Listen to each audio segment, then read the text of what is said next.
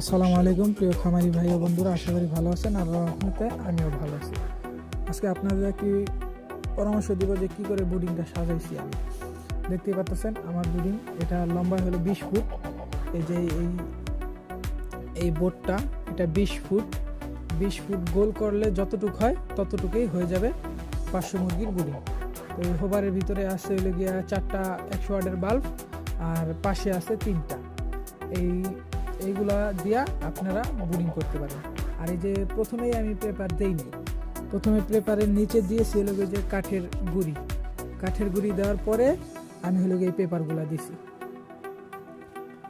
তো এই যে একটা থার্মোমিটার আছে, আমার কালকে বাচ্চা ঢুকবে, 500 ব্রয়লার বাচ্চা ঢুকবে, যে থার্মোমিটারটা দিয়ে 95 ফারেনহাইট তাপমাত্রায় প্রথম দিন ব্রয়লার মুরগি বুডিং করতে হবে, তারপরে আস্তে আস্তে কমাতে হবে।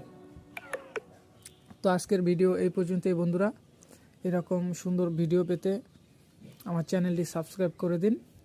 আশা করি আরও সুন্দর সুন্দর ভিডিও পাবেন।